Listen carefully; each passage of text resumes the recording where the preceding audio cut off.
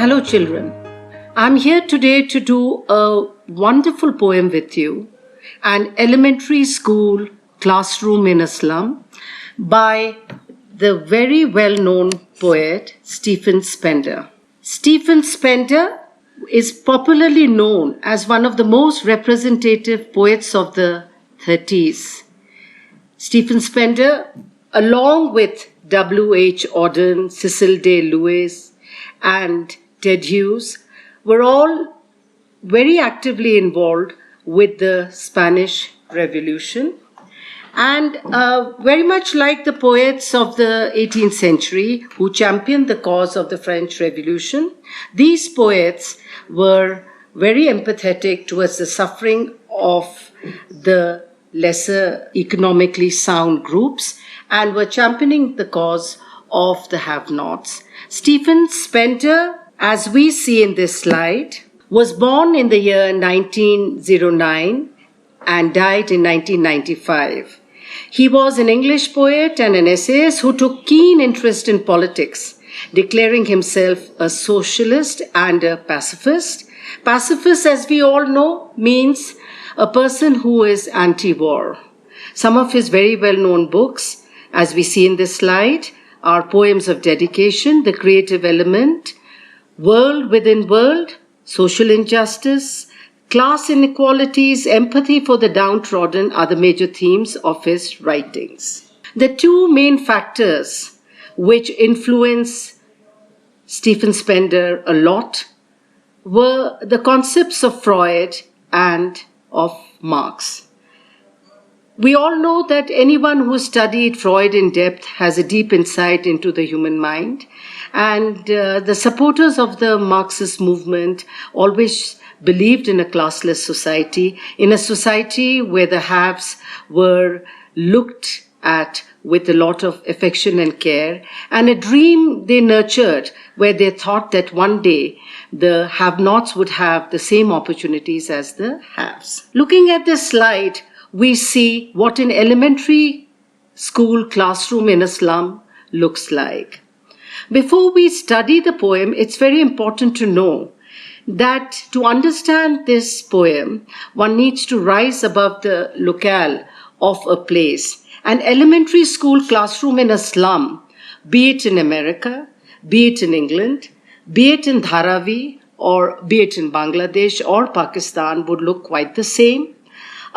Very much like any other slum classroom, and very unlike the classrooms of the rich and the haves. This slide also shows the absolute poverty, the abject suffering and the negligence of the haves towards the have-nots, and how education is a dream for many children, but it's not a dream which the economically sound class ever decide or planned to fulfill for them. Some more slides showing an elementary school classroom with children not even having desks and chairs, and a big board with perhaps a syllabus which is beyond their imagination and understanding.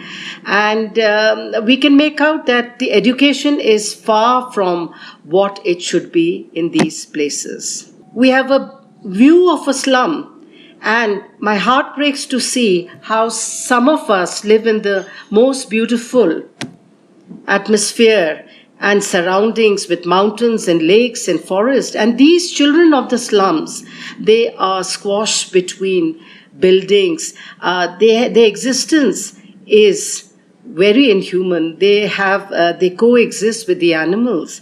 And it is here that they are supposed to cope up with a syllabus, with things they have never seen, understand concepts and ideas and feelings which they have never felt themselves. And here we can see the beautiful sea and the world of the haves, the world of nature. And nature has always been our first teacher, as we see in this slide.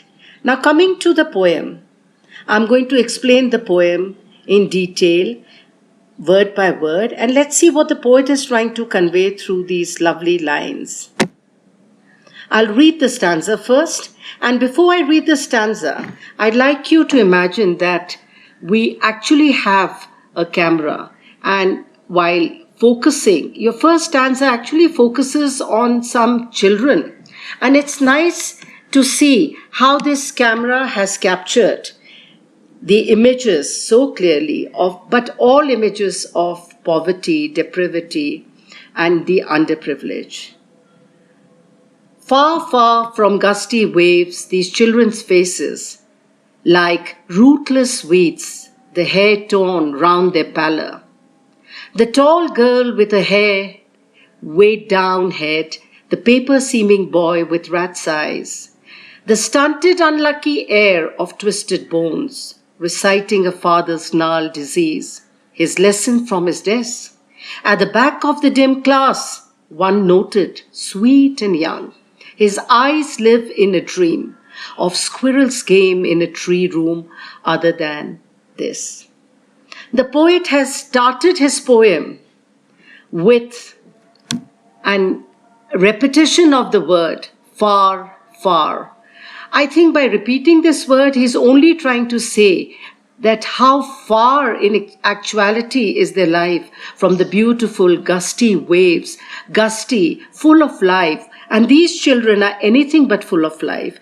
These children are underprivileged. They have no energy. They are lifeless and they're dreamless. Far, far from gusty waves, these children's faces, like rootless weeds. We need to focus on the word rootless weeds.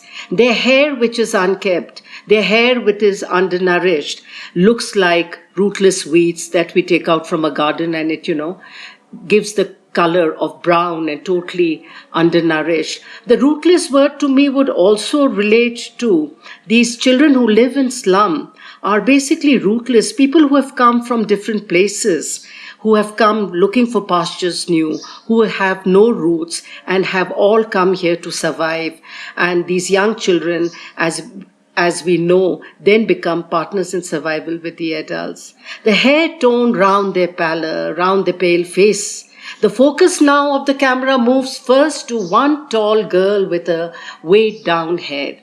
A tall girl is standing there with her head weighed down. Why do you think her head is weighed down? With the atrocities of poverty, with humiliation, with lack of confidence. Children, she does not have your confidence, your faith in yourself, your self-esteem with your parents and your teachers and the world has given you. This girl is a tall girl who can't even put her head up because of the atrocities of poverty.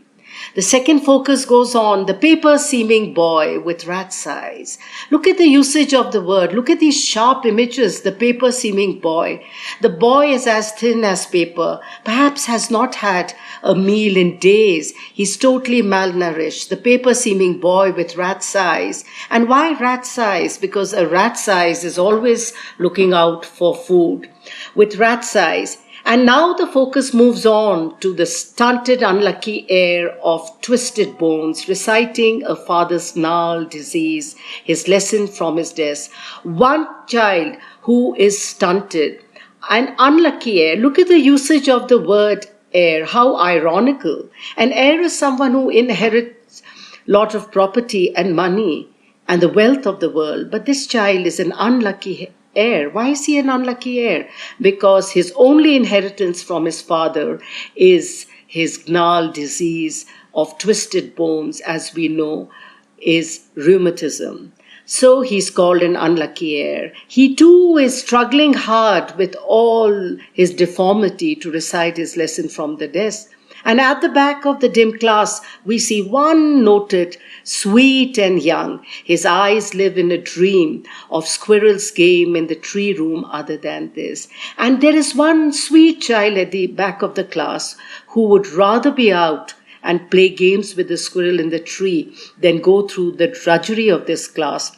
And all this so kind of such superficial knowledge being imparted to them, something which they cannot relate to. He'd rather be out and relate to the nature and learn something for nature. But yet this one sweet and young, I see him as a symbol of hope, who despite the most abject poverty and the most pathetic conditions of this dilapidated classroom does dare to dream, and we know that one who dreams eventually achieves.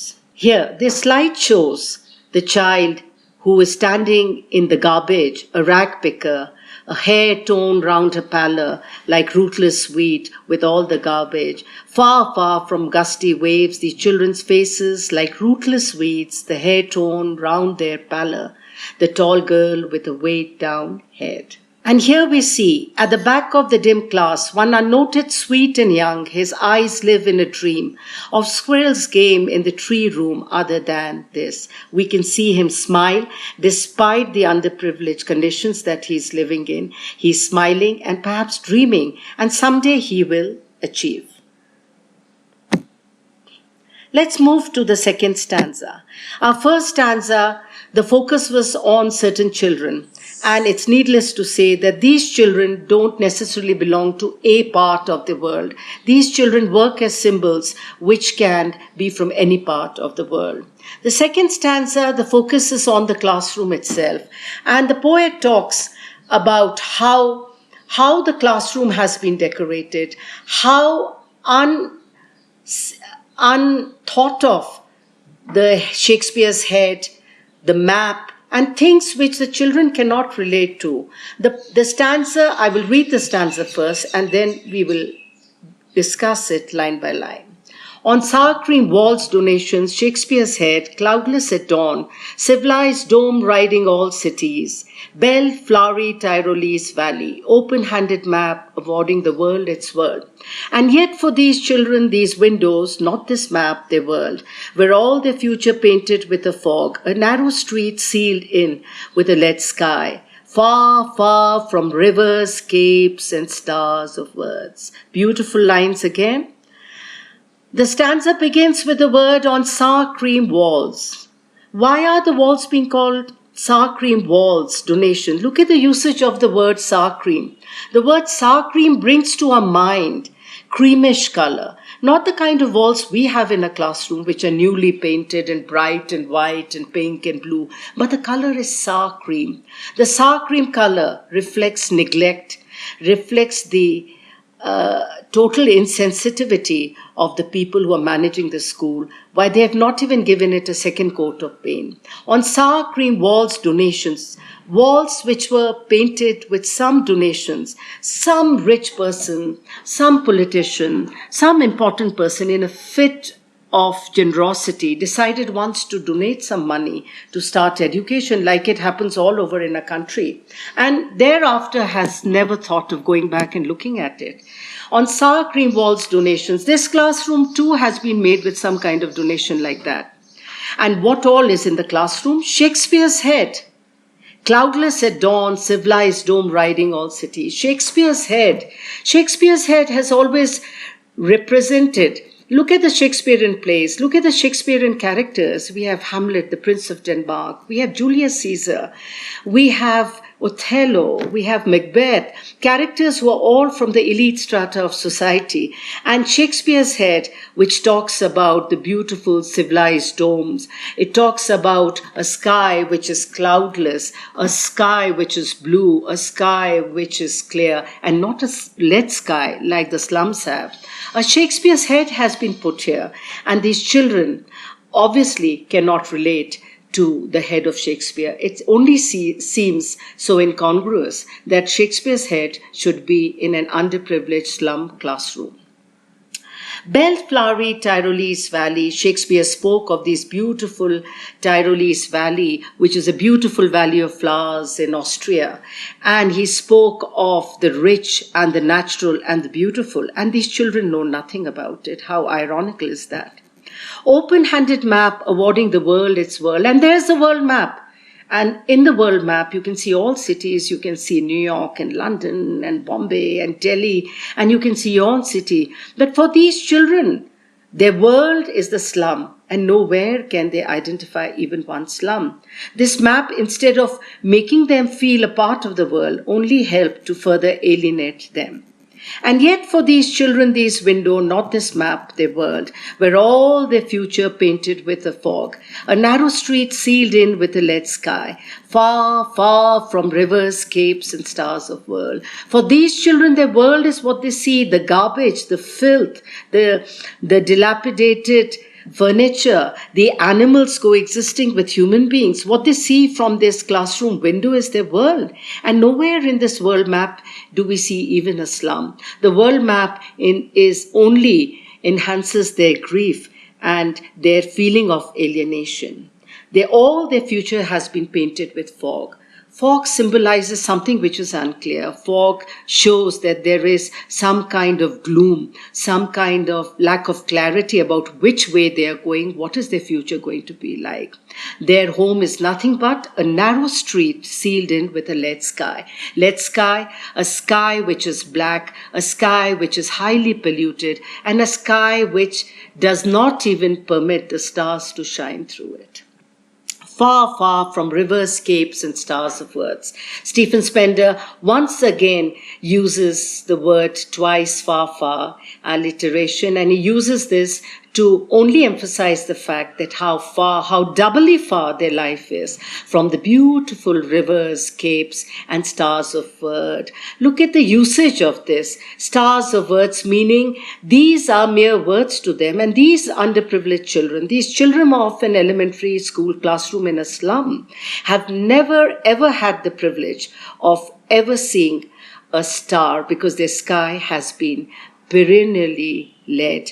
And these beautiful words are mere words to them. They've never had the privilege of actually going and standing by a river or a cape or actually looking at the beautiful glittering stars. We see here the beautiful forms of architecture, we see nature, and we see Shakespeare's head. On sour cream walls, donations, Shakespeare's head, cloudless at dawn, civilized dome riding all cities. Belt, flowery Tyrolese valley, open-handed map, awarding the world its world, and yet for these children, these windows, the windows of their elementary school classroom, the dilapidated windows, the garbage out, the filth, the drainage, the coexistence of human beings and animals is their world, not this map, which is supposed to be their world.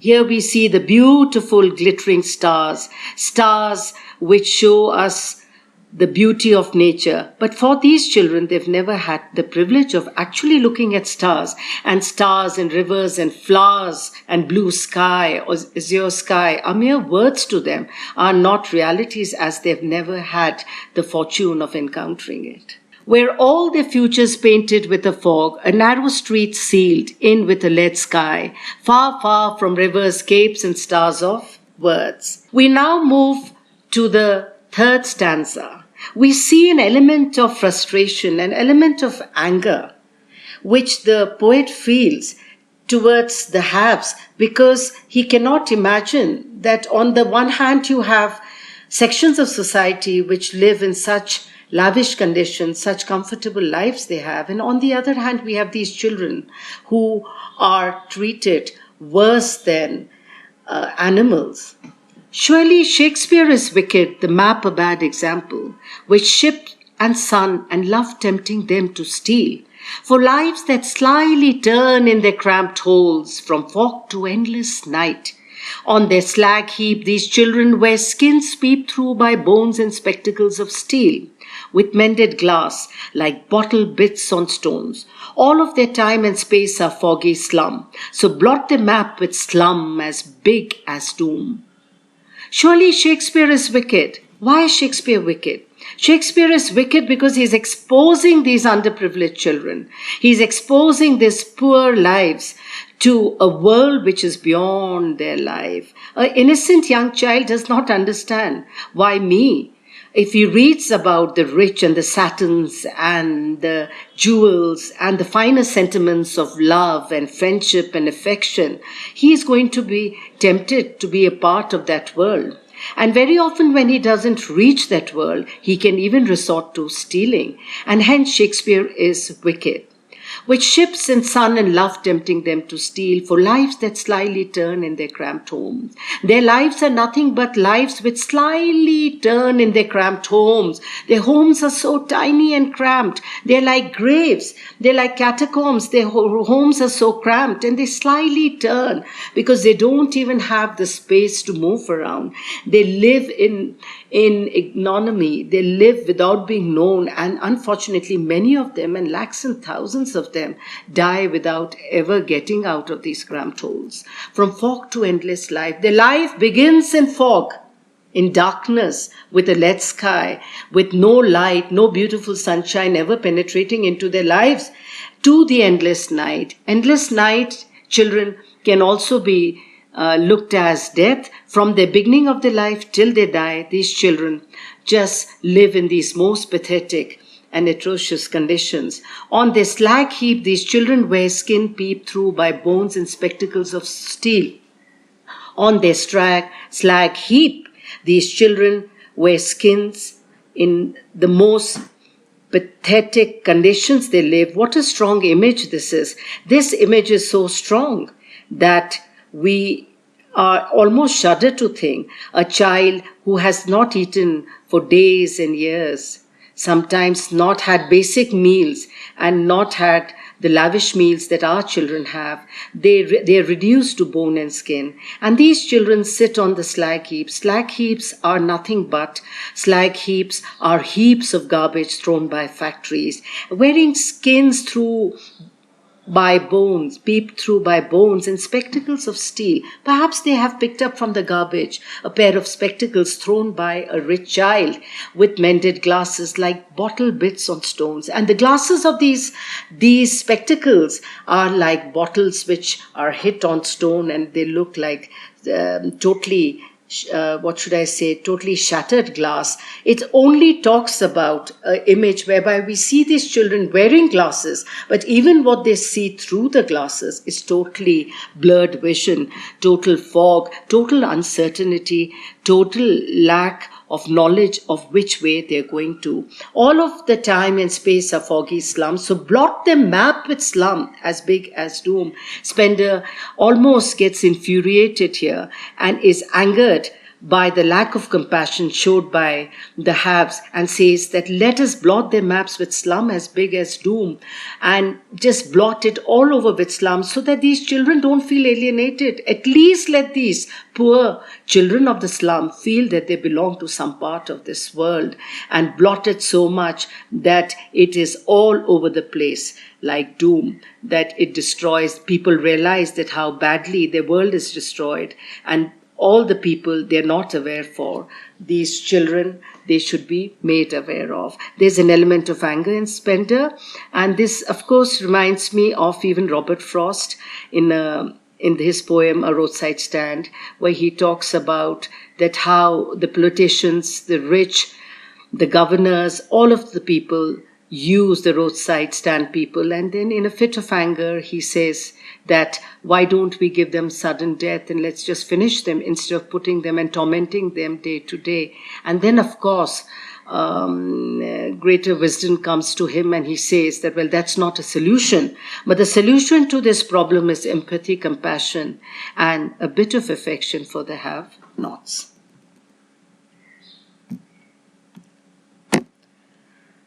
Let's look at this beautiful slide with the ship. Surely Shakespeare is wicked and the map a bad example, with ships and sun and love tempting them to steal. On their slag heap, these children wear skins peeped through by bones and spectacles of steel, with mended glass like bottle bits on stones. All of their time and space are foggy slum, so blot their maps with slums as big as doom. Here we can see this underprivileged child who has no flesh, meaning that he has been suffering and is sick with hunger, and there is no one to attend to him. And there are lakhs and lakhs of such children all over the world. Here we can see the beautiful world of Shakespeare. We see Julius Caesar and we see Romeo and Juliet talking about the finer sentiments of love and friendship, feelings which are totally unknown to these people. For lives that slyly turn in their cramped holes from fog to endless nights. Now in this slide, we see the catacombs. Their homes have been compared to these catacombs. Catacombs which were the burial grounds in the Valley of the King. Children, you've read about it in King Tut in class 11. The catacombs where the kings were buried, and they are line of graves, underground graves in Egypt. Their homes are being compared to these catacombs for the lack of space and the unhygienic condition, the stench, and the gloom and the death hovering all around their homes. Their lives are being lived in these catacombs, which are their homes. Very, very strong metaphor. Here we see a child sitting on slag heap, and he's got his skin right on bones with no flesh, and yet a smile. It's wonderful to see how they still have a smile on their face. We come to the final stanza, which is very, very forceful. In this, Spender says, unless governor, inspector, visitor, this map becomes their window, and these windows that shut upon their lives like catacombs. Break open till they break the town and show the children to green fields and make their world run azure on gold sands and let their tongues run naked into books, the white and green leaves open, history theirs whose language is the sun. Beautiful lines. And finally, the author, the poet, is not hopeless and says that we know that their homes are like catacombs and that they live in the most pathetic conditions. But unless governors, inspector, visitor, someone decides to do something about it, this problem cannot be sorted out. And so he's not totally hopeless. He's making a frantic appeal to the haves, to the people in power and governors to do something about these children. This map becomes their window, and this window that shut upon their lives like catacombs. They can be pulled out from their homes, which are catacombs. We've already discussed the catacombs. Their homes, which are death holes. These children need to be pulled out and need to be shown the nature. Their problems need to be addressed. So he frantically calls out to everyone, every sensitive citizen, and says, break open till they break the town and show the children to the green fields and make their world run azure on the gold sands and let their tongues run naked into books, the white and green leaves open, history theirs whose language is the sun. Let's break these barriers and pull these children of the underprivileged and show them the beautiful green fields. Why beautiful green fields? Because nature has always been our first teacher. And make them run across the golden sand and look at the beautiful azure sky and let them read perfectly. Let them learn from nature. Let their tongues run naked in books, the white and green leaves. The white leaves referring to the books, the texts that we read and increase our knowledge. And the green leaves refer to the knowledge that one gathers from the environment. And the green leaves open for history theirs whose language is the sun. The most beautiful line in the poem, a line which is hugely optimistic, a line which gives a solution to this problem which seems gigantic. And the line mentions that only those who are truly educated, only those who are well read have the power to recreate their destinies. And he makes an appeal to everyone, to all of us, that let's educate them so well that these children of the underprivileged have the power to recreate their destiny. It's only when they're educated that they can get out of this trap and of poverty and suffocation and recreate a beautiful destiny for themselves. I hope you have enjoyed the poem. There's certain beautiful images. Break open, they break the town and show the children green fields and make their world run azure on gold sand and let their tongues run naked into books, the white and green leaves open, history theirs whose language is the sun. We can see rest of the images of nature, and we can see how through books that the children can actually, it's only through education that most of the major problems, and this is a huge problem of the society, can be handled. Thank you for your attention, children, and I hope I've managed to express my thoughts nicely to you, and I hope I have been intelligible enough. Thank you very much for listening. Have a nice day.